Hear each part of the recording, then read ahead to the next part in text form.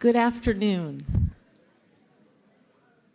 Welcome, everybody, to this remarkable event that we're so honored to host here at the Stanford Graduate School of Business.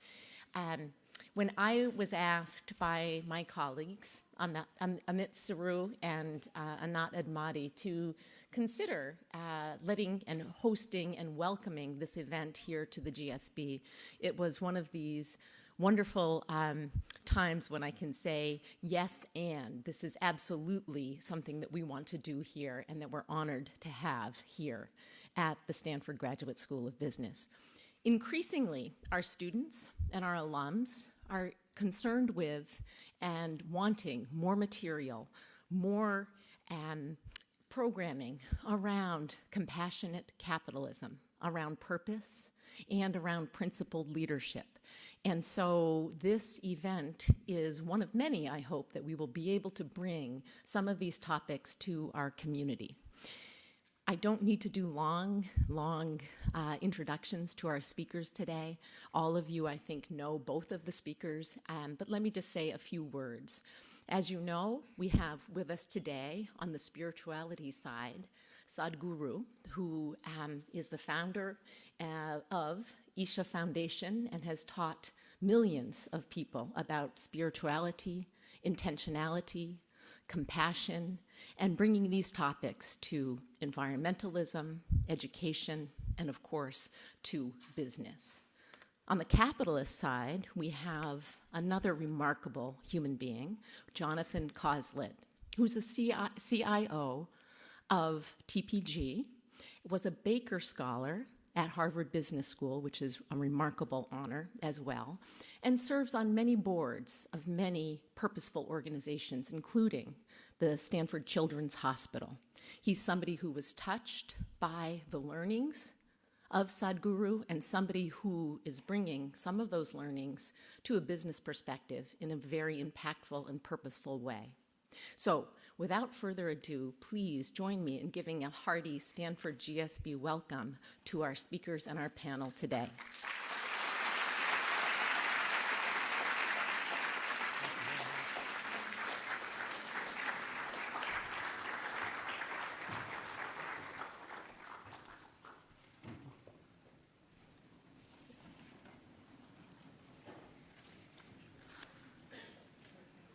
Thank you very much. Good afternoon. Good afternoon.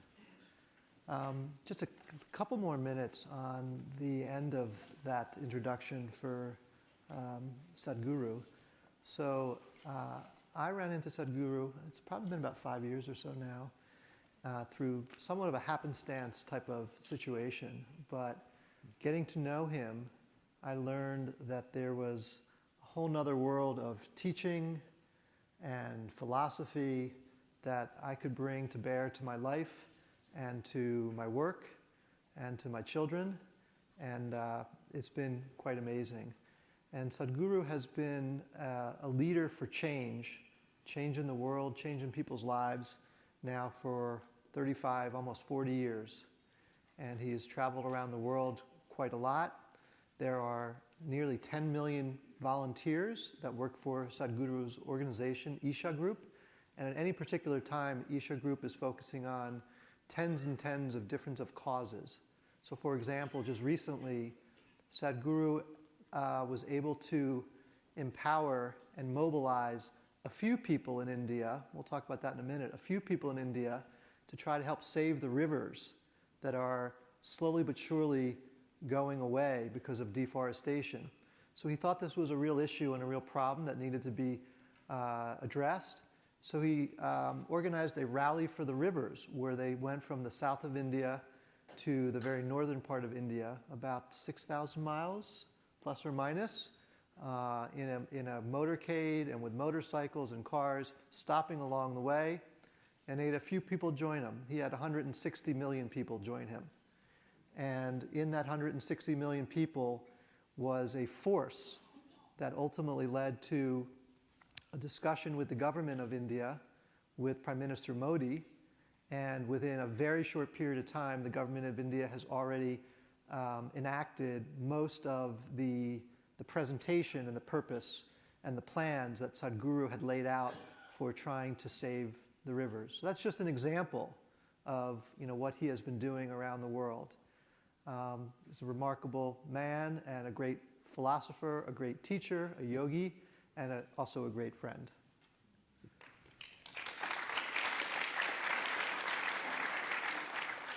So on my journey in business, I'm now 27 years out of business school. So my 27-year career from sort of 25 to 50, I think it's really interesting, as we all know, as we get older, that we start to see that what you thought as a 25-year-old, maybe when you're 50, it can literally be 180 degrees different from your perspective when you're 25.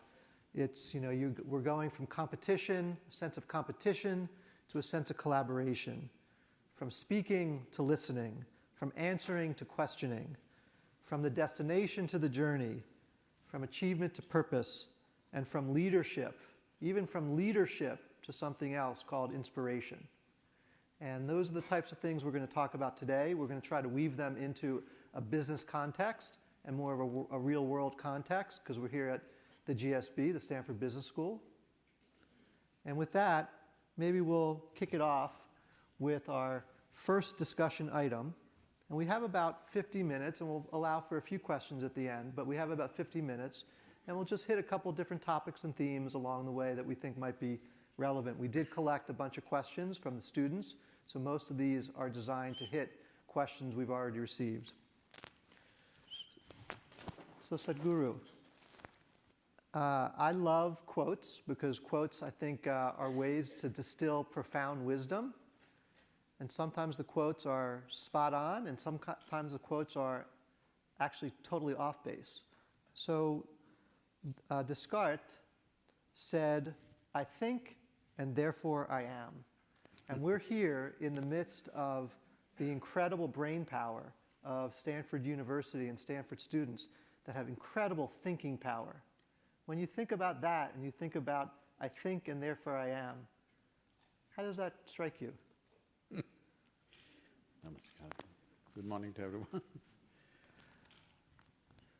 I think this fascination with human thought happened in pre-Renaissance era because that population or that society had seen very dogmatic religious imposition that nobody could think by themselves. Everything was already thought and ready in a book. So for the first time, they could think for themselves, breaking loose from the dogmatic oppression. So they felt liberated that they could think for themselves.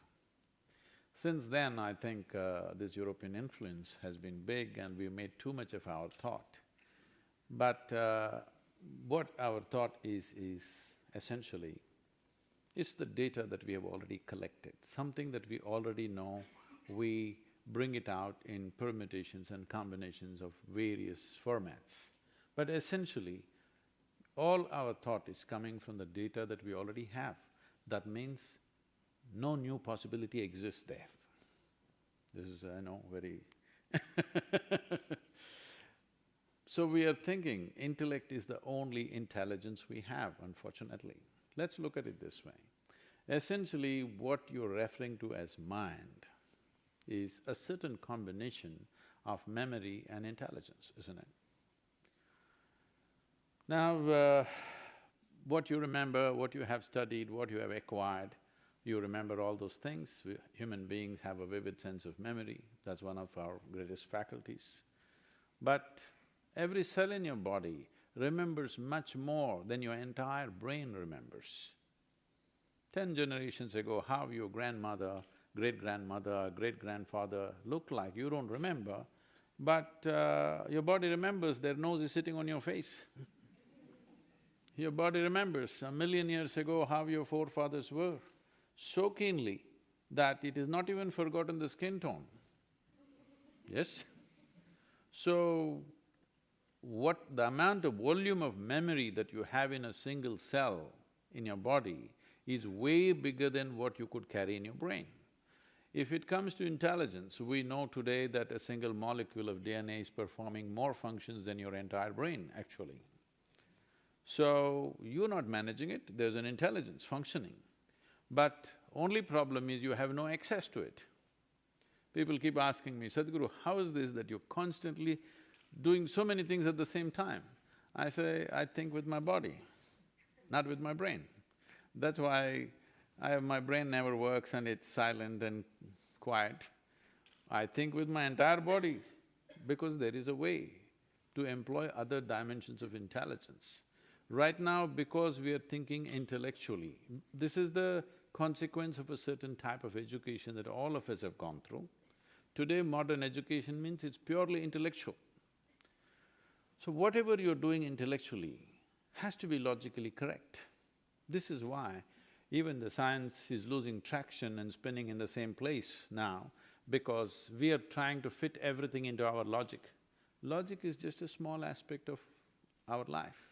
It is anything that means a world to you. You put it through the test of logic, suddenly it makes you feel stupid. Suppose you fell in love with somebody and you logically look at it, what is this love affair?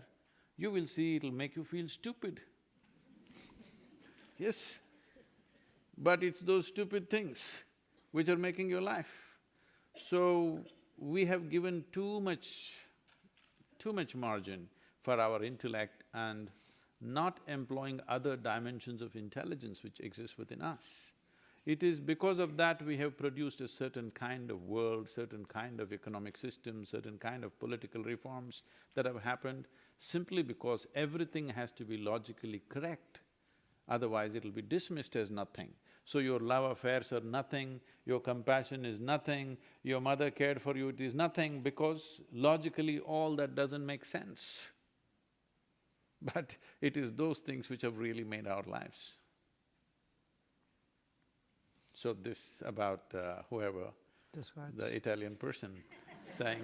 French. French, is it? I think Okay, I'm sorry saying, I think so, I exist.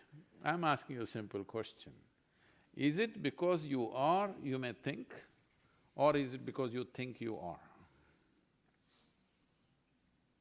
Right now, because you think you exist, what has happened is, see today in the cosmos, 100 billion galaxies, there's not been a single accident, all right? Everything is going great. Sun came up on time, planets spinning on time, everything fantastic. But one nasty little thought in your mind and it's a bad day. And those are the types of things that I think we all here in the West can learn from the yogis in the East. And maybe continuing that discussion, I'm a capitalist, and I think that Adam Smith is a great philosopher. There's a quote behind us from Churchill that says, "The main vice of capitalism is the uneven distribution of prosperity." We have a lot of inequality in the world. "The main vice of socialism is the even distribution of misery." I'm curious as to how you think about capitalism as a spiritual yogi.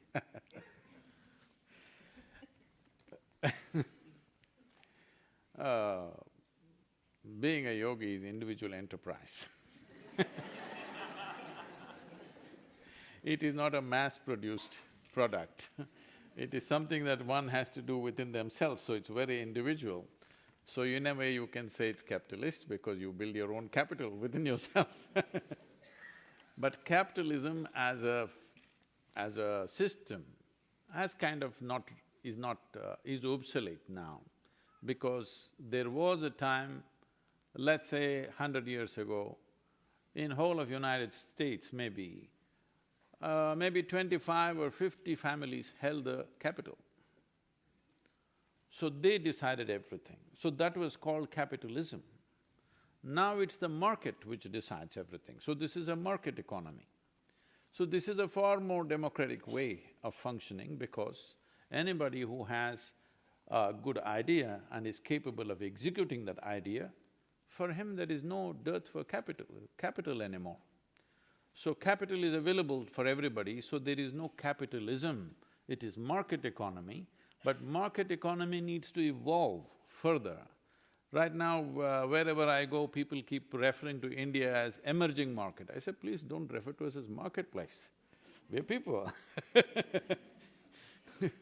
So I'm looking at you as a market. I think this is a very rudimentary thought, that we are looking at people as markets. If you look at them as people, you would see how to enhance their life.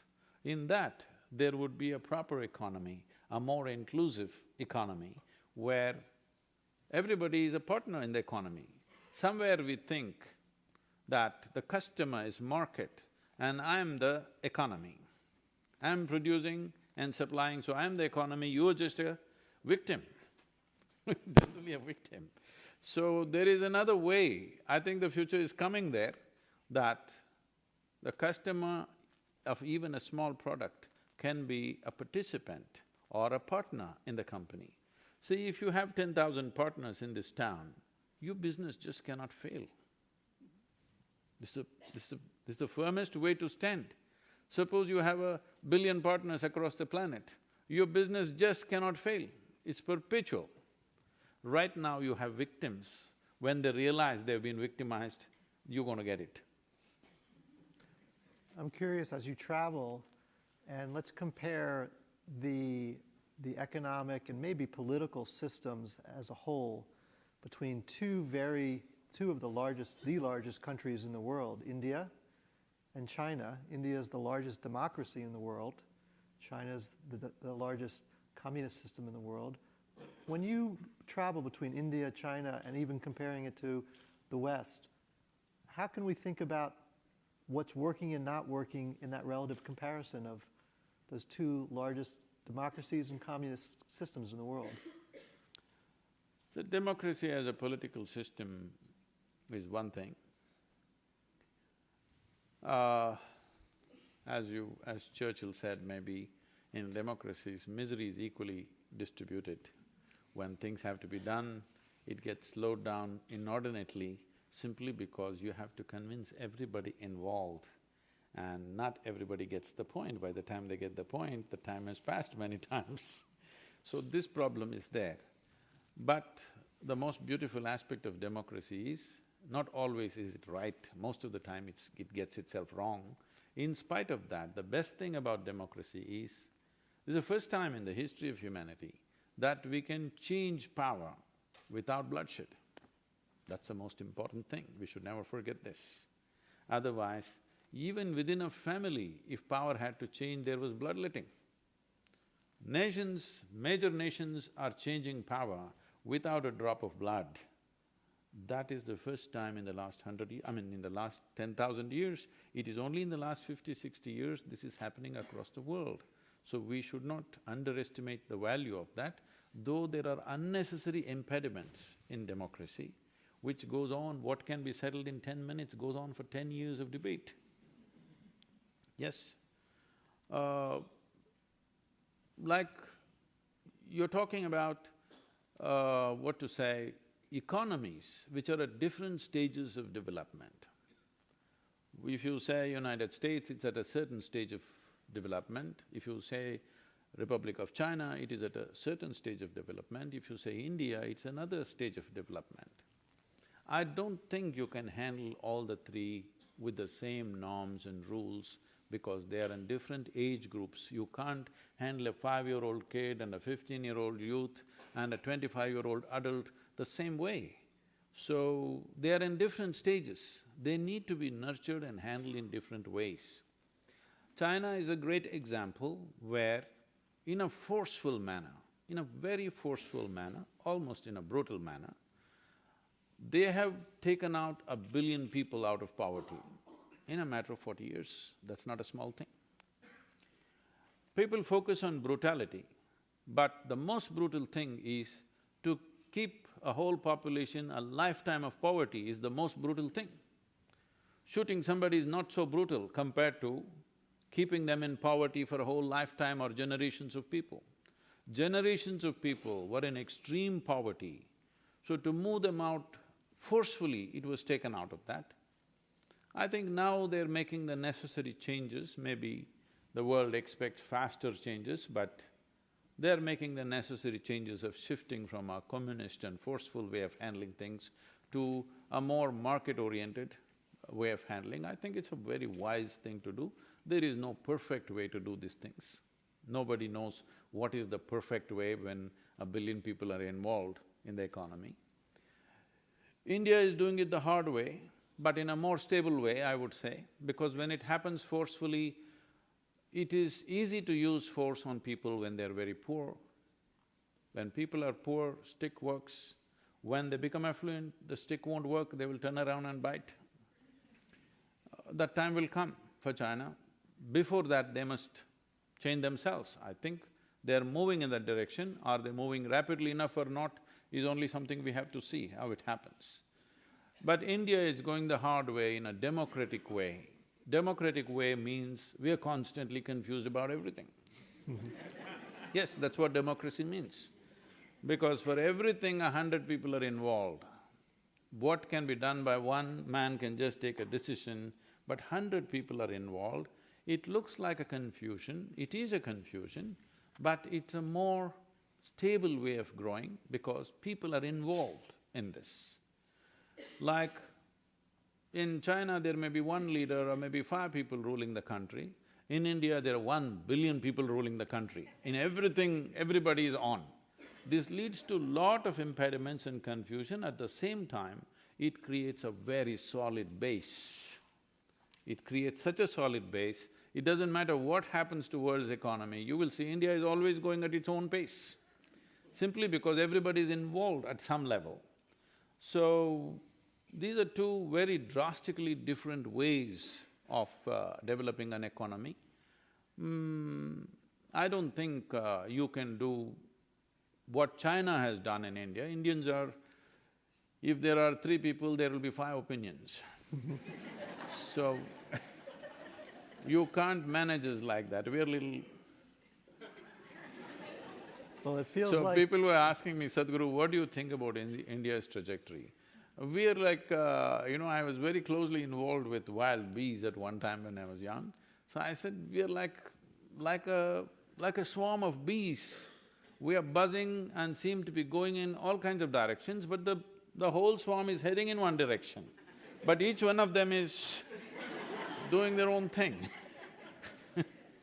Progress, there's a lot of progress. It feels like the pace of change in the world is so fast. There's incredible progress. We're here in the heart of part of the world that prides itself on change and disruption and progress and innovation.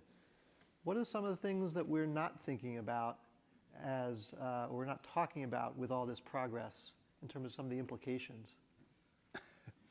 See, we're getting too carried away with economy.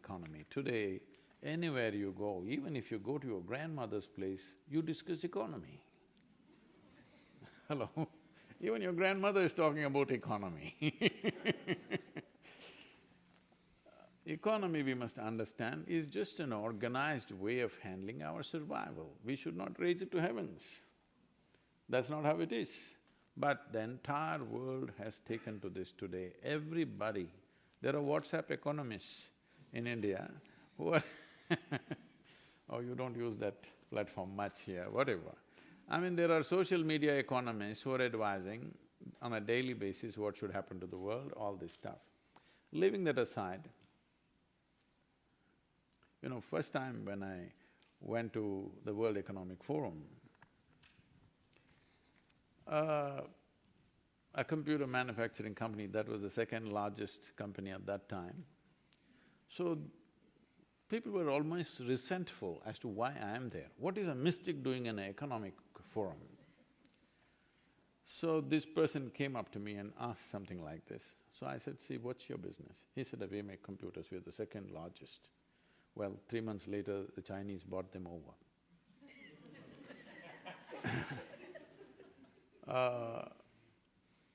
I said, see, whether you're making a computer or a safety pin or a spacecraft, it doesn't matter what you're making.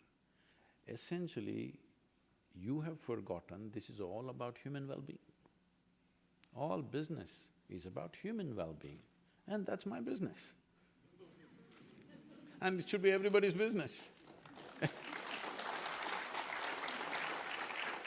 So, in all this economic jargon, I think we are forgetting somewhere this is about human well-being. People who are running the economy are getting destroying themselves and the planet. And the economies of the world have become like this. When in 2008, when I was at the Economic Forum, there was a little bit of a trend of recession beginning to happen. Particularly all the American billionaires who came there, they were carrying an extra long face because they were a few billions less than what they were 3 months ago. So they asked me to handle a session called Recession and Depression. So I said, recession is bad enough, you don't have to, compound it with depression. But anyway, right now the way we are driving our economic engine is such that if we fail, we will be depressed. But if we succeed, we will be damned for good. I said, better you're depressed. Because this is like, in India there's a proverbial story about a man sitting on the wrong side of the branch and cutting it. When he succeeds, he will fall. That's something that all of us as business leaders need We are going in that way. When we succeed, we will fall. That's not good. Our success should raise us, but our success will bring us down. Once in a way, recession is helping us to slow down. Otherwise, business as usual, if all economies on the planet or the global economy is fully thriving and on, I think in 25 years' time, there'll be a serious ecological crisis. Serious stuff, not simple stuff. This Rally for Rivers you were talking about, since 25 years, when I was very actively engaged with South Indian rivers, I floated down rivers, I lived along in the forests and rivers because I didn't go to any university, all I did was spend time in the jungles. So, I have a very intimate relationship with them. In 25 years, on an average, across the country, 44% depletion of water levels has happened, 44% in 25 years. 25 years is not a long time for a subcontinent, but in 25 years, 44% depletion has happened. Some rivers have depleted over 70%. Hundreds of tributaries, small rivers have completely gone dry. This is our way of handling economy, ripping off our fundamental source of life and handling economy, what does it mean? So, in India it is very stark because of the population and land pressure that we have. But it is so everywhere, it may not be so visible, but it is so everywhere. So, we need to devise or bring down our pitch of economy in our own minds. I think we're talking too much economy and less of life. It's time when you meet people, you talk something about life, how are you doing? No, how is your company doing, what's your stock? This is the talk. It's time you ask how people are doing because all these economic aspirations that we have is essentially towards human well-being. In pursuit of well-being, we have done all these things. In last 100 years, we have come to a place where in the entire history of humanity, we are the most comfortable generation ever, physically, I'm saying. Never before any generation had these kind of comforts and conveniences as we are enjoying right now, yes? Never before anybody could have thought of this kind of comforts and conveniences. But are we bursting with well-being or joy or love because of this? No, we are seriously neurotic these days and we are cribbing like nobody because earlier we used to just crib in the neighborhood, today we are on the Facebook and global cribbing is happening for smallest things. So it's very important that our economy is just another tool, one more tool for the well-being of life on this planet. If we forget that, our success will be our failure, unfortunately. Speaking about neurotic, I want to do a little tangent on just one question about politics, about some of the leaders in the world. Sort of generally, we have a handful of very powerful people in a handful of large countries. You're trying to walk me into your minefield.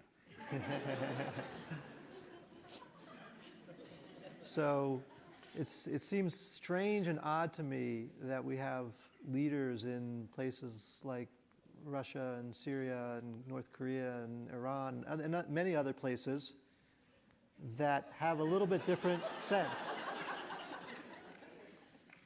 So I'm curious as to a mystic's perspective on where we are today with the leadership around the world. There's a quote up behind us from Gandhi that says, "When I despair, I remember that all through history, the way of truth and love has always won. There have been murderers and tyrants, and for time they can seem invincible, but in the end they always fall. Always." Should we take solace in that? No. No. One falls and the next one is bread. So I have highest regard for Mahatma Gandhi. The coming year is the 150th birth anniversary for him. I'm very much a part of that. But is he right on this one? No. He himself fell to an assassin's bullet. Well, you have a Martin Luther King shot down dead, and there have been so many others who were nowhere near any kind of tyranny, who have fallen to bullets. Well, Mussolini you hung, but Hitler had the freedom to shoot himself. I'm saying not all of them fell. Mm-hmm. And one thing we need to understand is, there are a lot of tyrants all over the place, in every society. In homes, there are many tyrants.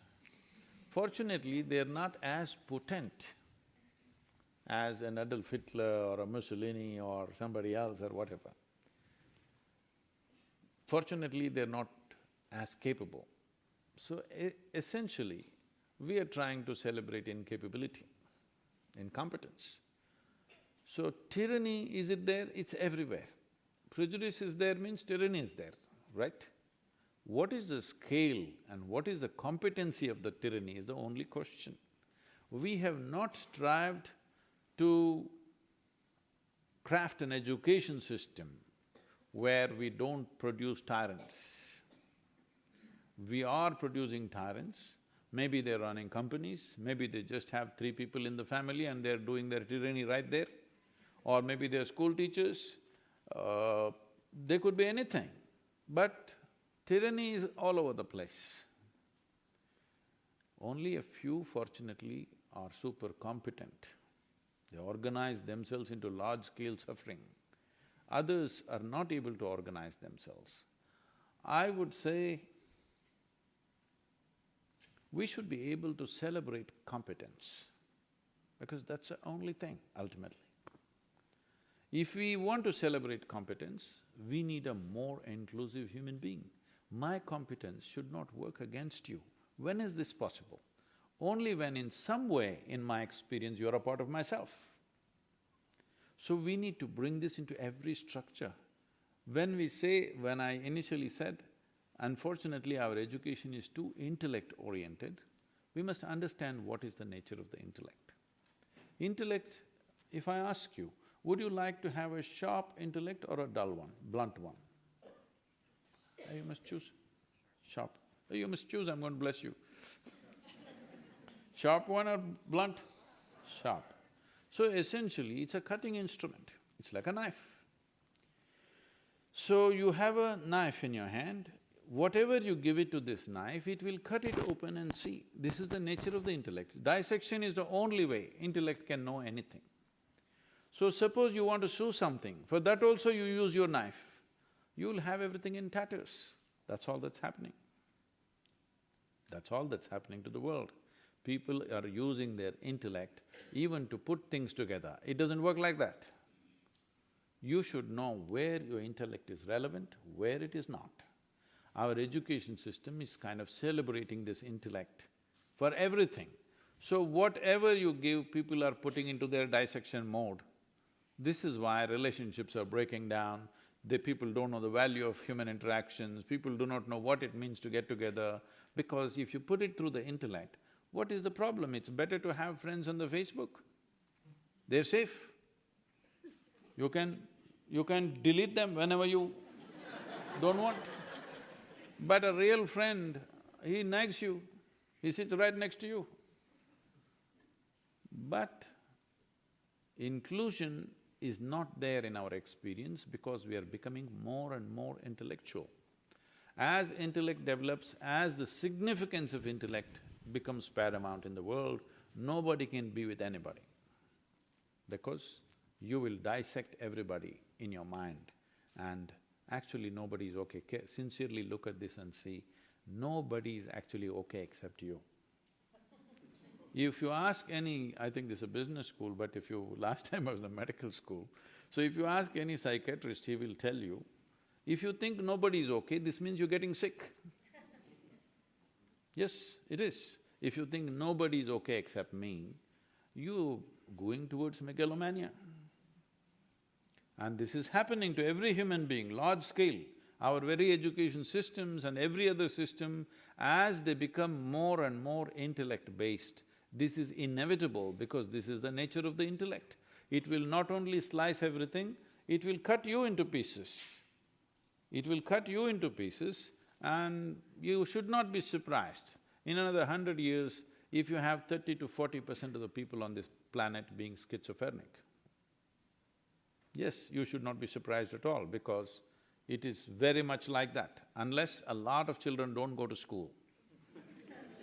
Yes, if everybody goes to school, if 100% population goes to school for next 100 years, you will have minimum 30 to 40% schizophrenic because you are making intellect paramount. It will cut everything into pieces. When it's done with the world, it will do this to myself, dissection. So with dissection, you can know certain things, but you can't know everything. You can't know this life by dissection. And your economy, your leadership, everything is about enhancing life, isn't it? Hello? Absolutely. It's about enhancing life, not just playing some game which is against life. Right now it's become like this, people have started this like a game that they cannot stop, it's an addiction game, that you start doing this. In the stock market you have all that, but where is it? The wealth on the planet has remained the same in the last billion years. It's not changed. We can make products out of it, things out of it, but it's essentially the same material, isn't it? See, it's like, suppose you stand in front of the mirror, there is only one person. One person becomes two in the mirror. If you put one more mirror, this can become hundreds of people. Now you think there are hundreds of people. No, there are no hundreds of people, there's only one person. Yes? Similarly with wealth, similarly with everything, there is only that much. We should see how to use it in a sensible manner. Of course, we want to live well, there's no question about that. But life on this planet is for all life. This idea that's gone into human mind, certain religious dogmas have put this idea, everything in this world was made to serve the human being. If you pay… I've spent a lot of time in the jungles. If you just observe a lizard there, a reptile, a crawly creature, he has a complete life of his own. You observe the ants, they have a complete life of their own. Especially other mammals in the wild, they have a total life of their own emotions, their own families, their own politics and their own fights and wars and everything. They got the whole thing going.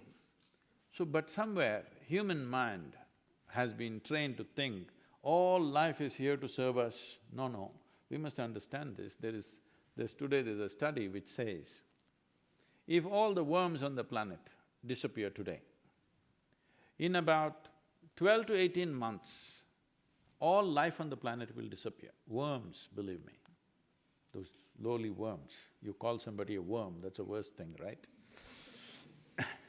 If all the insects disappear, in somewhere between 3.5 to 5 years, all life on the planet will disappear. But if all human beings disappear, the planet will flourish.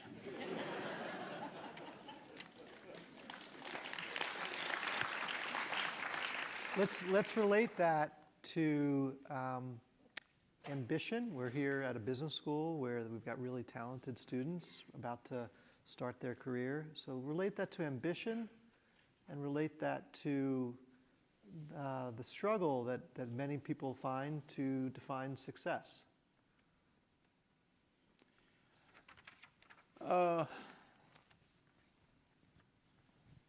Ambition is a constipated expression of human longing.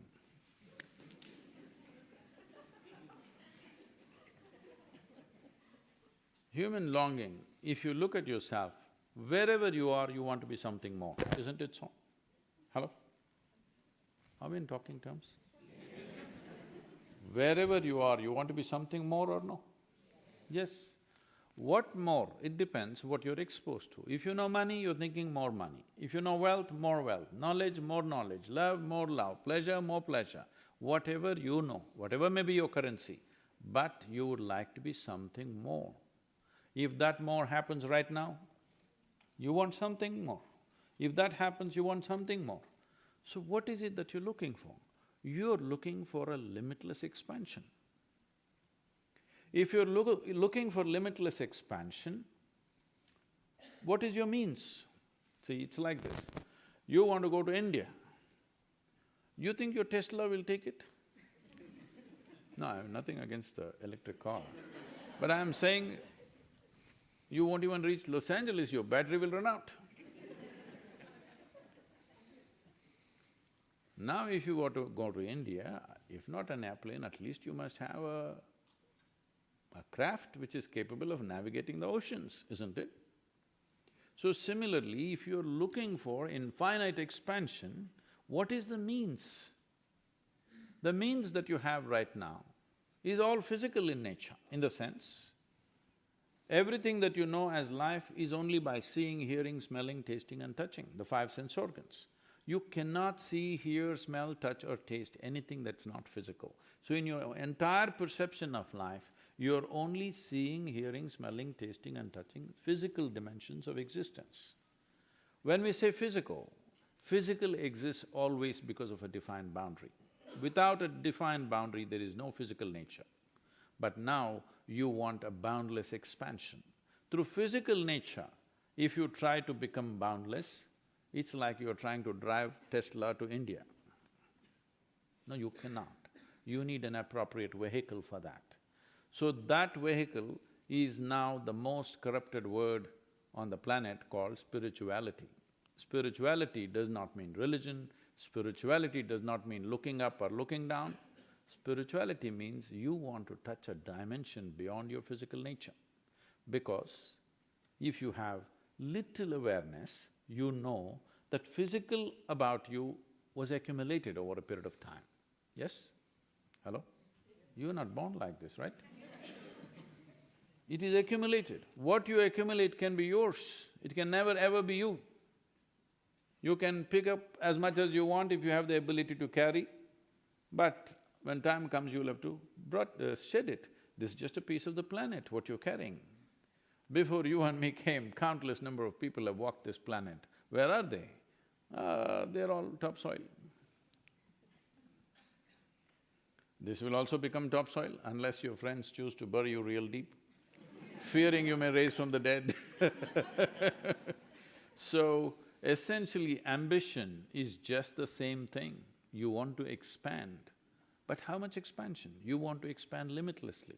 Can you do that physically? Never. So, ambition is just a constipated version of this innate longing which is there in every human being to expand limitlessly. If you become conscious, you would expand limitlessly, finding the right vehicle for that.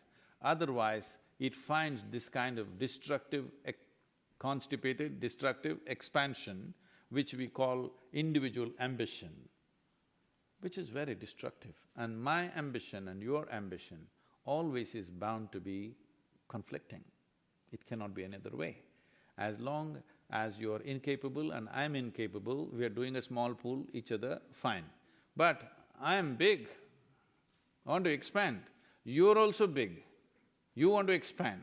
In competence, I'm saying big. Now there's going to be a clash. So that is when you call somebody a tyrant, he tries to conquer the world. So this tyrant exists in every ambitious person, but fortunately incompetent. And how unfortunate that we think incompetence is fortunate, isn't it? The greatest thing is human beings should function at its fullest possibility, but now we are hoping they function at less than as limited as possible, otherwise they don't know where to stop. It's like somebody starts eating and he doesn't know where to stop eating, when to stop eating. It is a problem with lots of people. This is the same thing. Unfortunately, we give it all kinds of decorative names, but essentially it's the same thing. So one can move from this personal ambition to a larger vision. What is the difference? Essentially, the difference is just this: ambition is about me, vision is inclusive. And if your ambition or if your longing is for something more than your own comfort and fulfillment, then you will find success every moment of your life. If you're ambitious, you find success only once in a way, you know, constipation is like that. The quote behind us is, success does not lead to happiness, but rather happiness leads to success. And maybe in the context of a term you've coined, inner engineering, you can talk about that. Happiness leads to success. It's not that success leads to happiness. I think till now what I've been saying in a way is, happiness is success, because it's human well-being that we are working for. If I'm already well, is that not success? When people are working so hard for their well-being, if I sit here simply breathing and I'm very well, is that not success, I'm asking? So just because I am happy, does it mean to say I won't do anything? You tell me, in your lives, all of you, when are you willing to do more? When you're very joyful, are you willing to do more? Or when you're miserable, you're willing to do more? When you're joyful, you're willing to bend backwards and do whatever is needed, isn't it? When you're miserable, can we get you going? Oh, very difficult. Miserable and depressed people, you can't get them going for smallest things, isn't it? But when you're joyful, you will not just bend forward, you will bend backwards and do whatever is needed. It's only after coming to United States I got this term, you know, TGIF, it sounds like your company, but it's TGIF, okay. Thank God it's Friday. This means 5 days of the week you're suffering, 2 days you're going to enjoy. No, life never will work like that.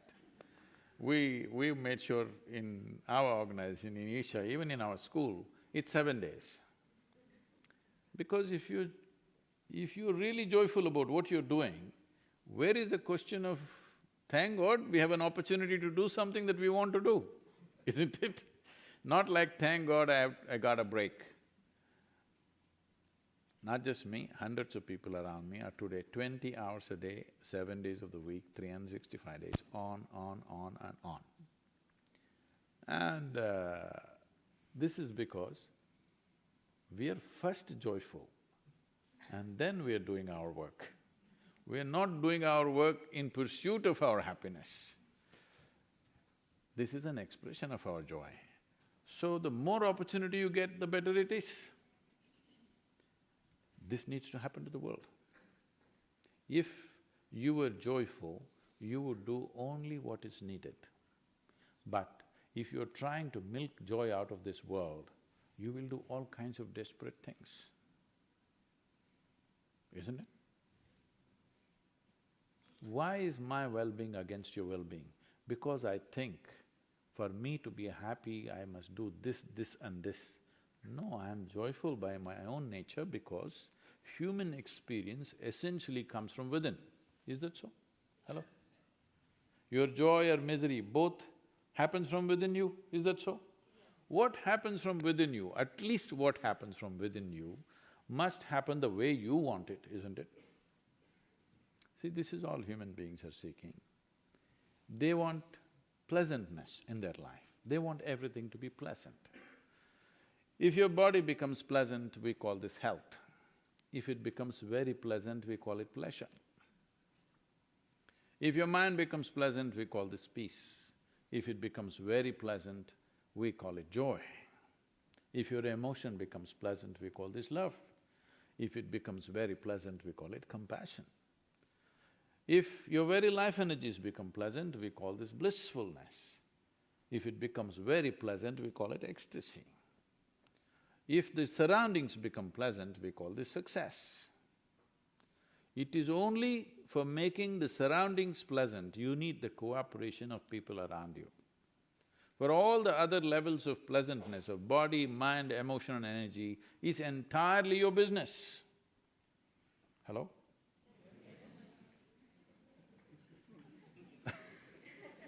Some people say, no, I'm not interested in all this, I want to go to heaven. Why? Because the advertisements have always said heaven is a very pleasant place. If we told you right from your childhood, God lives in heaven but it's a horrendous place, do you want to go there? No, you will pray from here only. So essentially you're looking for pleasantness, highest possible pleasantness for yourself, isn't it so? What you want for your neighbor may be debatable, but what you want for yourself is always highest level of pleasantness. To achieve this pleasantness, we are doing so much circus on the planet. To create a pleasant surroundings, we need some work. But the rest is all internal, isn't it? To keeping body, mind, emotion, energy pleasant is completely internal. So, you need to engineer this in such a way that it is naturally pleasant. There are many ways to look at it. One simple way to look at it is, all human experience has a chemical basis to it. Or in other words, this is a chemical soup. Are you a great soup or a lousy soup? That's all the question is. If you become a great soup, this feels wonderful. If everybody cooperates, we'll create something very wonderful around us. If everybody does not cooperate, you are the pleasant part of the lousy soup.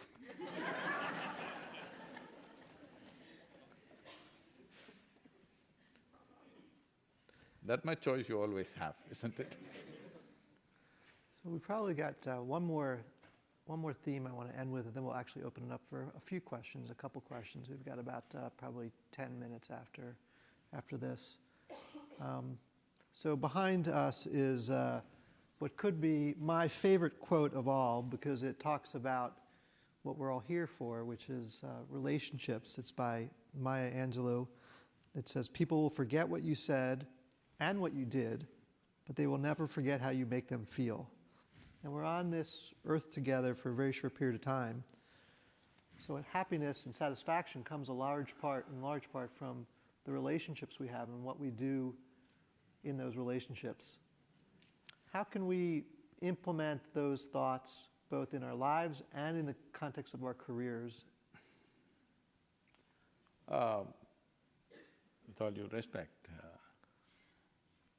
what I'm saying is far more revolutionary than you be nice to me, I'll be nice to you business, because a whole lot of relationships start off with this intent, but most of the time they don't succeed.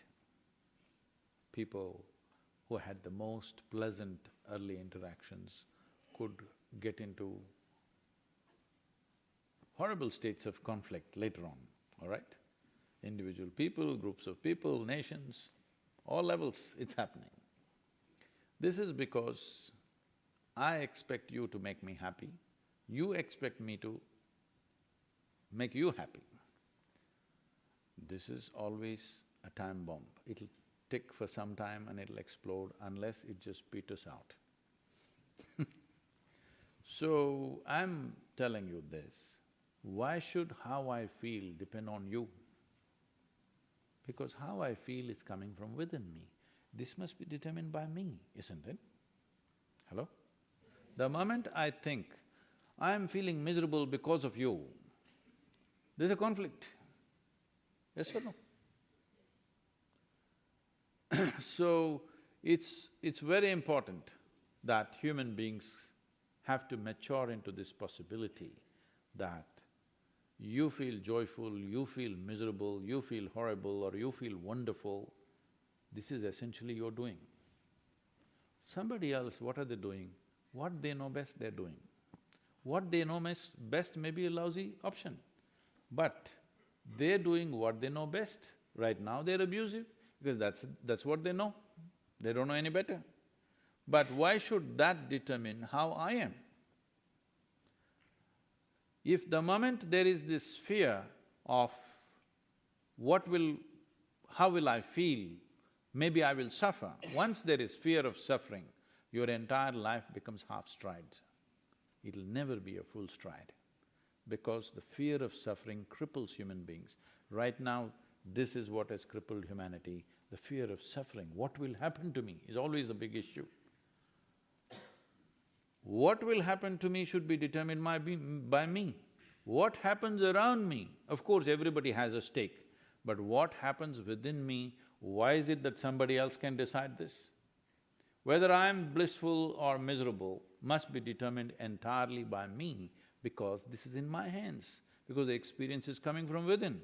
Somebody can stimulate something or somebody can stimulate something positive or negative, but essentially whatever the input, what I make out of it is always me, isn't it? The moment you have fear of suffering, you will not do what you could do. In our lives, if we do not do what we cannot do, there's no problem. If we do not do what we can do, we are a disastrous life. And this will happen to us, and this has happened to us in a big way to humanity. A whole lot of human beings will not do what they can do simply because of the fear of suffering. What will happen? What will happen? This must go, and this will only go if you engineer your interiority in such a way that what happens within you is entirely decided by you. What happens around you, we will collaborate. What happens within me, there is no collaboration. This is dictatorship. So we probably have time for just a couple of questions because there's a classroom coming in here in about 20 minutes. So why don't we open it up for a couple of questions? Is there a microphone? I don't know if there's a microphone. If there is one there. Okay, here we go, where the mic is. Guruji, what is your ambition? Did you just come in?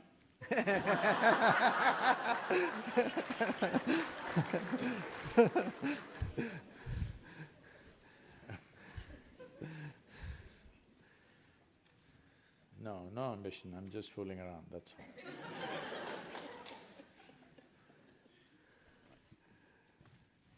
all. Guruji, I got a question for you.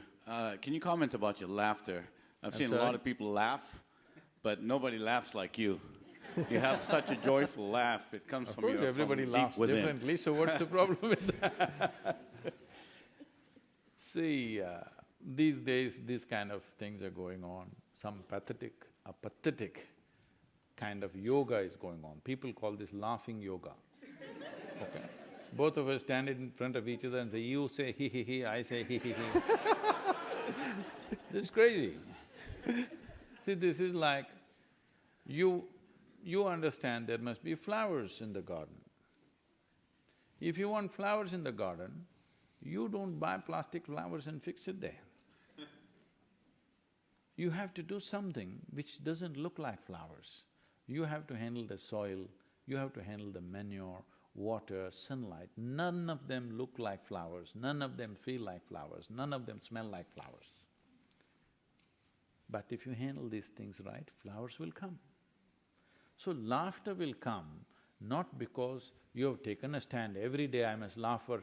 because just recently I was reading somewhere, somebody is advising one American to-do teachers, what are the things you must do? Every day, 10 minutes a day, you must laugh.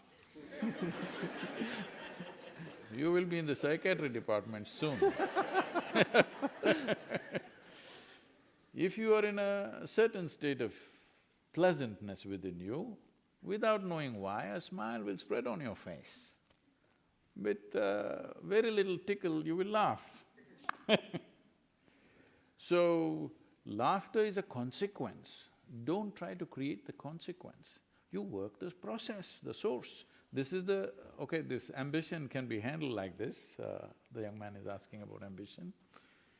See, ambition means you are interested in the result. Recently, when we did this business event in India, so they all came to our yoga center, which is spread over 400 acres and 4,000 plus people are living there and lot of things happening, variety of activity. All are volunteers, nobody is paid for, nobody is trained for the job and you can't fire anybody because they're volunteers. Look at my troubles. So they looked at this and said, these are all top companies in India, and they said, how do you run this place with such efficiency? We take the best people from management schools, we cannot run it like this. What is the secret of this management? I said, see, this is all. We are devotees, not devotees of some god. We are devotees of the process that we have taken on. We are devoted to the process, not to the result. Because we are so devoted to the simple process that we are doing, everything looks phenomenal and there are results. Result is a consequence. You are only interested in the flower, not in the root. You think you're going to have a flower? So, whether it is joy or success is a consequence. We are too focused on the consequence. You need to be devoted to the process. I think the most important question, our last question, will come from this young lady. Hey, don't ask me difficult questions. I don't mean to be rude, but everybody has a limited amount on this life, but if you are trying to teach everyone something, then everyone's gonna pass away soon, so what's the point? Oh, existentialism, uh-oh. Whew, that's another hour. Oh. And this is from the youngest, All right, that's a tough one, Mr. Guru. So, if we are trying to teach something which is going to take a long time, let's say, I want to teach you something which will take 1,000 years, then your question is relevant. I'm talking about not teaching you something, just opening up a dimension within you which is naturally in a certain way. Is it true? What did you have for breakfast? What's your name? Huh? Arna. Aruna? Agna. Okay. What did you have for breakfast? Bagel. Bagel. Okay. So you eat a bagel. Does a bagel look like you? No. So you eat this bagel. Right now this work is going on, the bagel is becoming a little girl. Yes or no? So is there an intelligence within you which is capable of turning bagel into a human being? You have. Suppose I could take a bagel in my hand and make it into a human being, who would you think I am? Must be the source of creation, isn't it? But you are doing it. You're making a bagel into a human being, you're really fantastic. When you're such a fantastic human being that you can turn a bagel into a human being, you're not a small possibility, you're a tremendous possibility. Because in 2, 3, 4 hours you can make a bagel into a human being. Is it a small phenomenon? When you're able to do such a thing, you becoming joyful, how many 1,000 years should it take? If you allow me, we can make it happen in a few minutes. But if you become an adult, it'll take a few hours.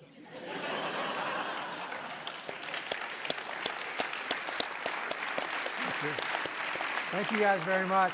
Thank you very much. Maybe again next year.